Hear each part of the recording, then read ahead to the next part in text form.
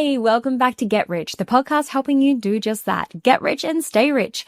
I'm your host, Molly Benjamin, and I am so glad you stopped by today because we're diving into something which might be secretly holding you back from building wealth and you don't even realize. Money blocks. So I'm joined by Karen Eley. She's a financial advisor turned money coach and a total Ladies Finance Club favorite. If you're one of our members, you will be very familiar with Karen. She's worked with hundreds of women around Australia, helping them uncover and break through these hidden beliefs that are stopping them from getting ahead financially.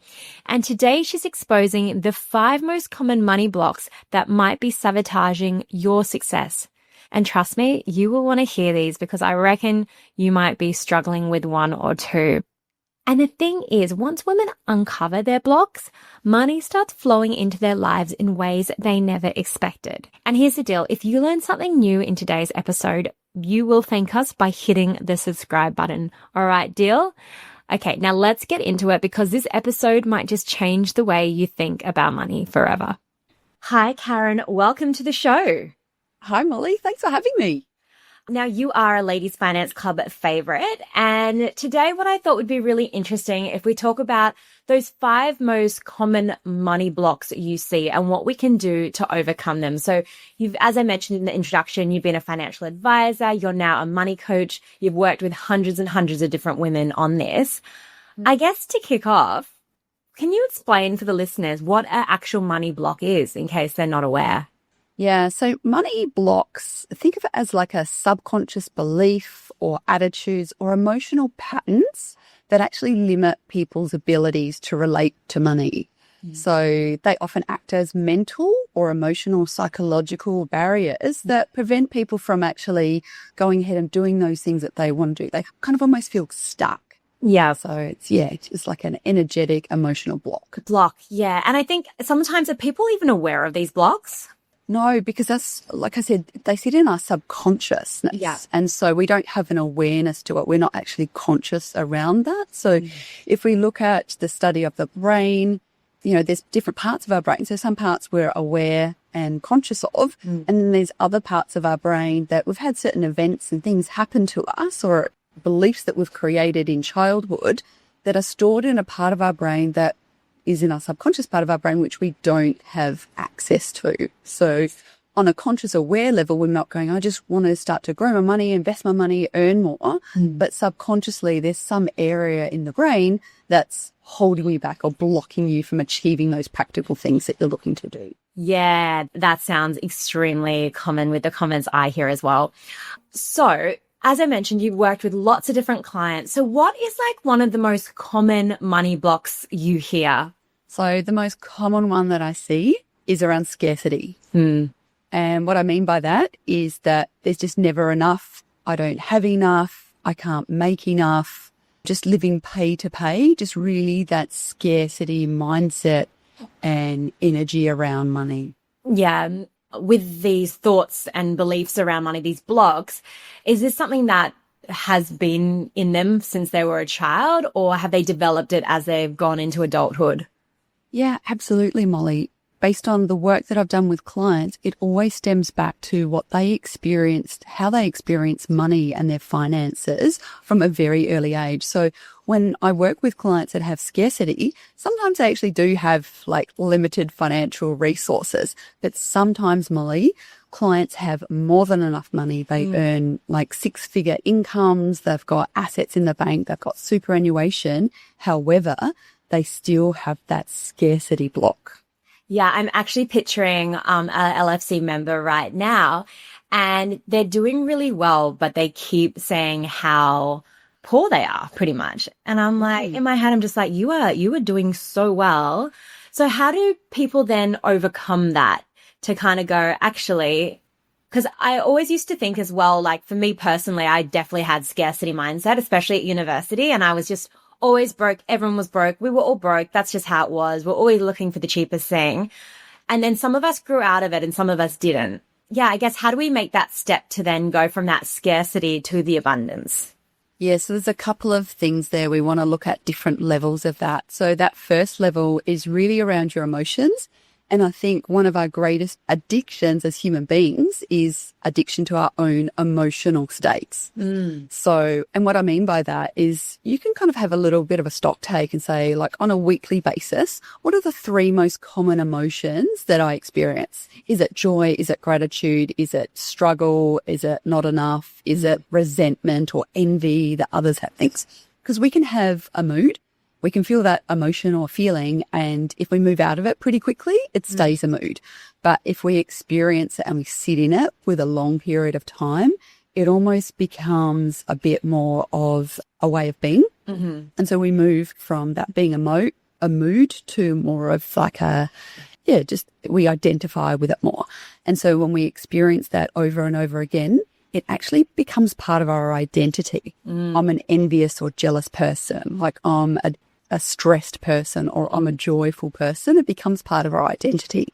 So that first step, Molly, is really around being conscious of what are those common emotions that you experience relative to money. Yeah.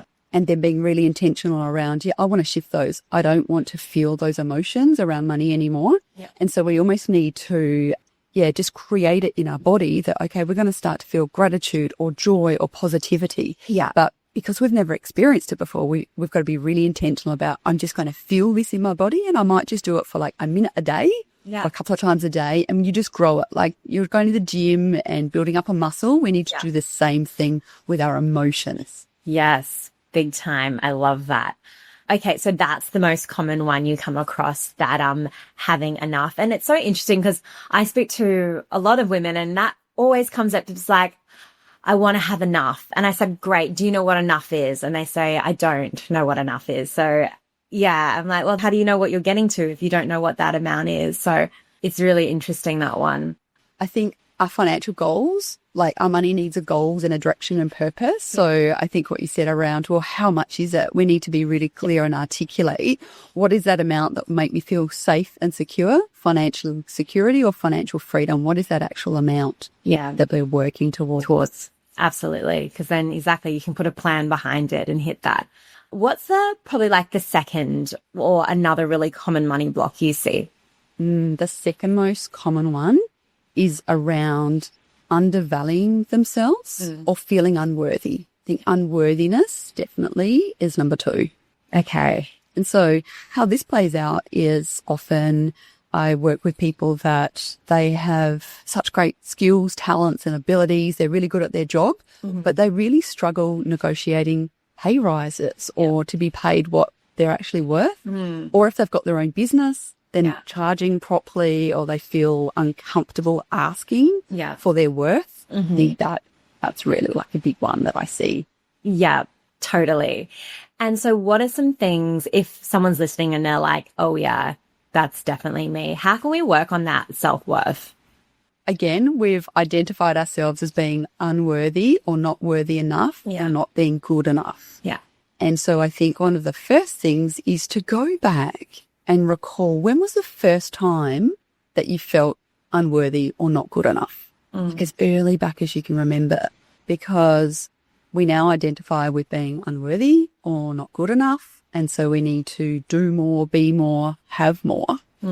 But we want to kind of find out, where do we form that belief that we're unworthy of wealth or earning or asking for what we're worth? And it's normally somewhere in childhood. So it's about going back and having a look at, when did I decide that I'm unworthy? Yeah. And really exploring that, because you'll be quite surprised as to what comes up. And then you want to kind of jump back to the future and say, well, I need to find evidence of being worthy. And it might be asking other people. It might be speaking to people that you work with or you do business with, and just say, I'm just really curious. Like, what is it that I do that you value? So we just want to build up that evidence that, I actually do have worth, and what I do is really important and worthy of wealth. Yes, I love that. And we actually have an episode on salary negotiation with Maggie Palmer. So if you're listening to this and you need to negotiate your salary, make sure you check that one out as well, so you can be fully prepped. The third most common money block. So number 3, drum roll, is avoidance. Yes. So the bank statements come in or the emails come in. I just don't want to open it. Like what might be in there? Yeah. Or I know I need to start investing. And I said in 2024, I'm going to be really good with my money and I'm going to do all these things. And then we just procrastinate or avoid it. Yeah, I was definitely in this camp for a very long time, to the point, Karen, where I wouldn't even open my super fund letters because I was just like, I have no idea what this is and I'm just going to throw it straight in the bin. Like such avoidance. So if someone's listening and they're like, oh yeah, that's me. And I know if people are listening, you're currently avoiding maybe doing a budget or checking with your statement. First of all, you're not alone. It is so common, so common.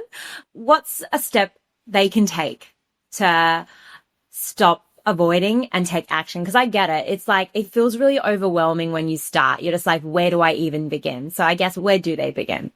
So I think with all of these blocks, I think an important thing to be aware of, it's not money, it's you. So hard truths of Karen, guys. Yeah. It's you. It's not us, it's you. Wow. It's not money, it's you. I love that. So money is logical and rational, but us human beings are emotional. So we need to kind of peel back the layers and uncover what is the emotional avoidance that I have around money. And it's typically like a fear or a stress or an anxiety. And we need to address that elephant in the room first, because otherwise we're just not going to take action. So what is it that I'm really avoiding? What is it that I'm afraid of? Quite often it's about self-sabotage. So just sitting with yourself for a few minutes. And if you've got a financial goal that you want to have, whether it be sorting out your superannuation, earning more, creating a savings account or emergency fund. Yeah. Like just sit for a couple of minutes and think, if I actually achieved this and I got this result, what am I afraid that will happen or that I'll become or that people will think of me? Just sit with that for a minute. Oh, yeah, that is great. And I also love this exercise I used to do. I would write out the times I had been good with money and what I had done. I'd be like, oh yeah, I saved for a trip once. Oh yeah, that was actually really easy to do. So maybe I'm not as bad with money as I think I am. Maybe I just, need better goals or blah, blah, blah, whatever it was. But yeah, that's a really good one. Just sit with those emotions. And I imagine they will probably get a bit uncomfortable. You reckon? A bit uncomfortable? I think a lot uncomfortable. But what I know, Molly, is whatever is in the way is the way. Oh. We just want to bust through that block. Yeah. Yes. And I think as well, like, for this exercise, it doesn't matter how old you are, because I see women at such a different age range, and some are starting, a little bit later on in life, and they're starting to go, no, actually, I need to get on top of this. And there's a lot of emotion that's come up for them, whether it's just anger at themselves or just like guilt that they're like, why have I taken so long to do it? But I say, you're here, you're doing the work now, and it's better than a week's time, next week, a year's time, 6 years' time. So do that. That's right. Start work now. Yeah. I had something else as block number 4, but I'm going to take that one. I've left it too late. Okay. So I should have started. I should have started a long time ago. I've left it too late. So what we need to do to remove that block or take away the sting from it is to write ourselves a letter of forgiveness. So because we carry so much guilt, shame, fear, should have started a long time ago. Everybody else is so much further ahead than I am. We're comparing ourselves to everybody else. Yeah. And it's what you want to do is you just want to sit and have some compassion and love for yourself and say, well, if you look at what you experienced growing up, maybe money was challenging. Maybe there were reasons for avoidance. Maybe no one ever told you what to do. You didn't get a great start. So coming from that with some self-compassion and self-love and say, look, could have done things better, but I'm going to shower myself with love, and these are the reasons why. And just to give yourself some forgiveness to let that go and release it.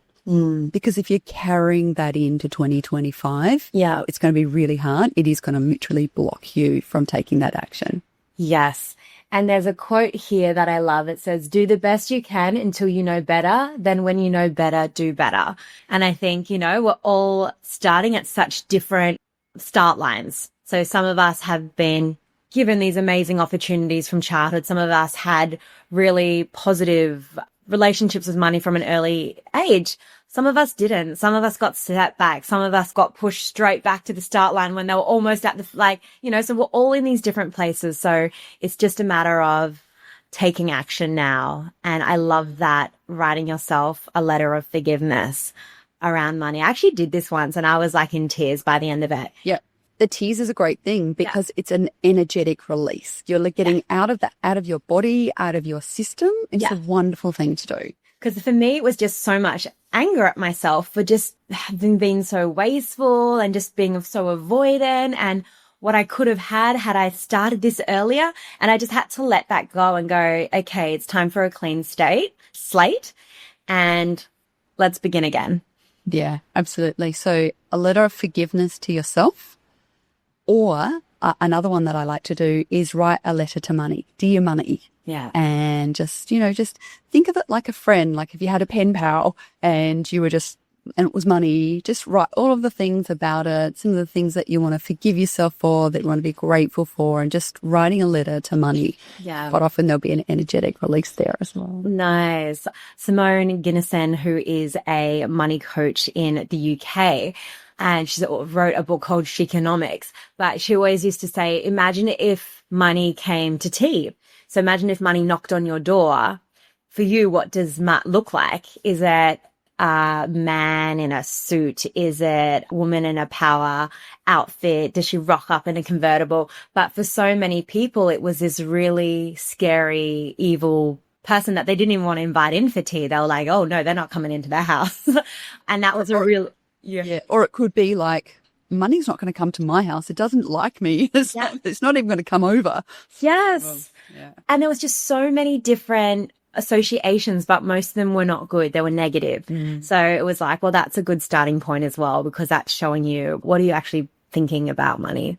Yeah, that's right. And it's what you're subconsciously thinking, because we just walk around consciously thinking certain things. But when we actually do any of these exercises that we've spoken about, it's starting to access what's in your subconsciousness, where these blocks live. Yeah. And this is a bit of I digress, but in my book, I did this little piece around this guy called Andy Griffith, and he had been traveling around Australia. So a range of different socioeconomic areas. He was going into schools in really wealthy areas and really poor areas.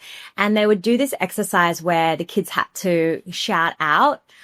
They asked some questions about money and the kids had to shout out answers. And so they'd be like, what are wealthy people like? Or, what do you think of people with lots of money? And he said, no matter where they went, no matter if it was a wealthy area or a poor area, it was all the same. It was bad, evil, unhappy, fighting. And he's like, where are they getting those messages? Are they getting them from the home? So, it's very rare I meet people and they have these really positive associations with money, unless they've done the work. I'll meet someone, they'll be like, I love money. And I'll be like, have you done work on this? They're like, yes, I have. Yeah. But I think it goes to show that if you're listening and you're like, oh God, like that's, I definitely do not light up when I think about money. You're not alone, but again, it's about taking action and taking that first step. Absolutely. You've just reminded me of a book. It's called The Ascent of Money. And it's essentially money through history, like its formation, how it was used. And no wonder we have negative beliefs around it. When you look at the history of money, it came in, people got greedy, it caused wars, fighting and argument. And then we went into the dark ages and it was completely gone, and then it came back again. Like we carry all of that through stories, through our ancestors, our relatives. Yeah, no wonder. Yeah. And I think specifically for women as well. And I've shared those characters, like when we think of women and wealthy women, like the role models, there aren't many wealthy, good women as role models, especially when we look at books and movies like Cruella de Vil, Crazy Rich Asians, just Pride and Prejudice, like all these ones. It's always like the evil mother or like the evil stepmother, wealthy rich stepmother. But if you look at the men, it's quite the opposite. They're always super cool, charming, super handsome, on a yacht or a boat or a plane. And I'm always like, what the hell? There's these psychopaths. Like, of course, you know, that's the association we've seen from such a young age. Of course, when we get money, we're going to be like, oh, this doesn't feel good. I feel bad. I want to get rid of it. Spend, spend, spend. Unless you've done that subconscious work. Absolutely. We need to change the narrative around money. And look, that's going to take a long time to shift. So we start with our own narrative, our own money story. What do we want to believe about money going forward? Love it. And the final 5th most common money block you see. So I think we've already addressed it. Like, I'm not good with money. Yeah. So everyone else seems to get it, but I don't. And so we've created this identity, I'm not good with money. So, and that's so common as well. I'm not good with money. Oh, I'm so bad with math. Oh, I'm not good with money. Oh God, the amount of times if I had $1 for every time I heard that.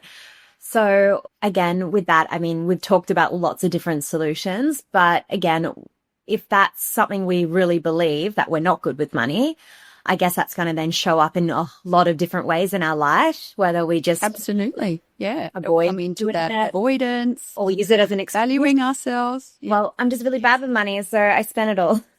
Yeah, that's right. It's kind of like my excuse. Yeah. So we can have excuses or results. Yeah. We can't have both. So the first thing is change the language. Like, I'm so ferocious when I hear someone say, I'm just crap with money, or I'm bad with money, or money doesn't like me. It's like, but that's the last time you're ever going to say that. Yeah. I'm learning to be better with money, or whatever phrase that you need to start putting into your head. So, you know, we carry these stories, we think them over and over again.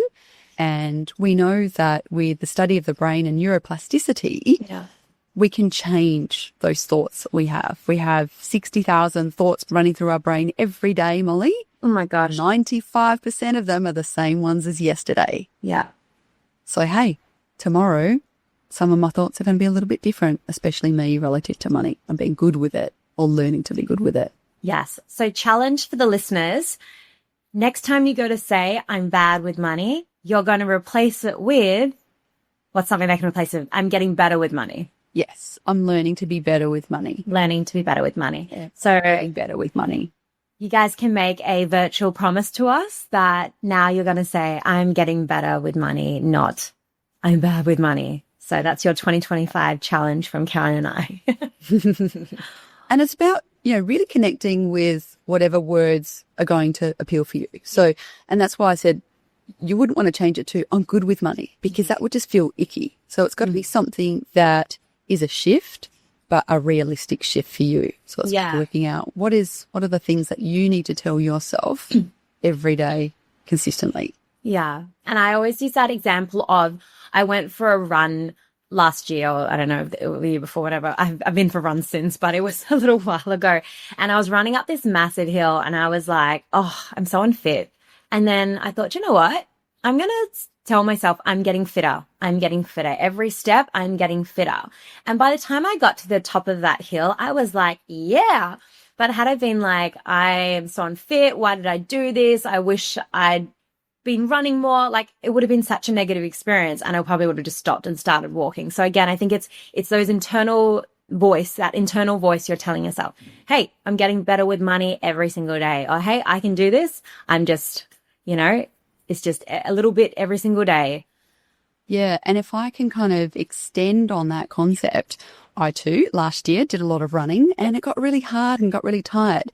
And so I went through an exercise where I would have gratitude. So I would be so thankful and grateful for my legs, for my muscles, for my body to be able to carry me. And that's what got me through to climb up that hill or to finish that last K, just having gratitude for my body that I'm able to do this. And I think we can do the same thing with money. I think if we try really hard, we can all find something to be grateful with about our money. Because money allows you to live a great life. It has your back during the tough times, and it will take you on adventures, on holidays. You share fun times when, you know, you might be spending money. Like, obviously you don't have to spend money to have good times, but, you know, it can bring so much joy into your life. So yeah, the gratitude piece for money I love as well. So for those who are listening and you're like, Absolutely love learning about the behavior around money and how to think and feel and make yourself feel better with money.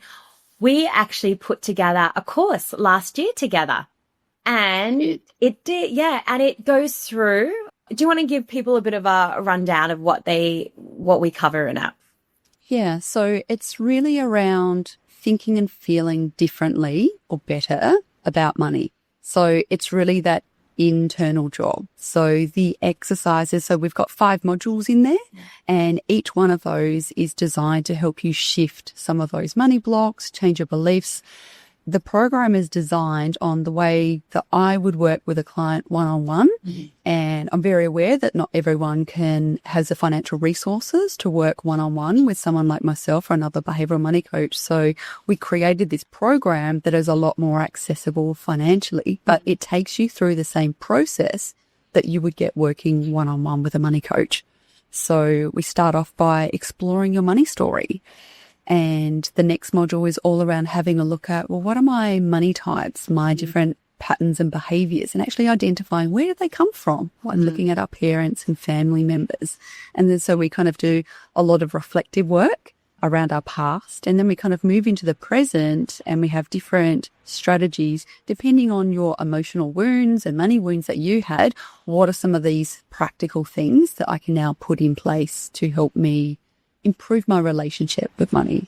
Yeah. So as Karen mentioned as well, she does do one-on-one. So you can book in calls with Karen for that one-on-one money coaching, or check out the course. Maybe if you are not quite in that financial position to do the one-on-one money coaching. And I think if you are doing the course, like, we love accountability. And I think that's one of the most valuable things about working with a coach. So if you're doing it online yourself, like a self-paced course, maybe do it with a girlfriend and do it together, and you can share your insights, what you got out of that particular exercise, what did you uncover. I think just having that accountability and a bit of a cheer squad to help lead you on can be so valuable. Absolutely. And we love doing everything with a gal pal at Ladies Finance Club. Absolutely. Awesome. Well, thank you so much, Karen, for sharing those different money blocks and how we can overcome them. It's such valuable insight. And it's just amazing how it always comes back to the mindset and how our beliefs around money, how we think and feel about money, and that we need to do that work as well. Like, we're not going to magically get better at it overnight. You've got to do sometimes that uncomfortable work. Yeah, absolutely. Just remember, ladies, it's not money, it's you. Because at the end of the day, money's neither good nor bad. It's neutral. Yeah. But as humans, we attach our own meanings and emotions to money. And if they're not working for us, it's about us doing the inside work to overcome that. I think that's a beautiful line to finish this podcast on. Thank you so much, Karen. My pleasure, Molly.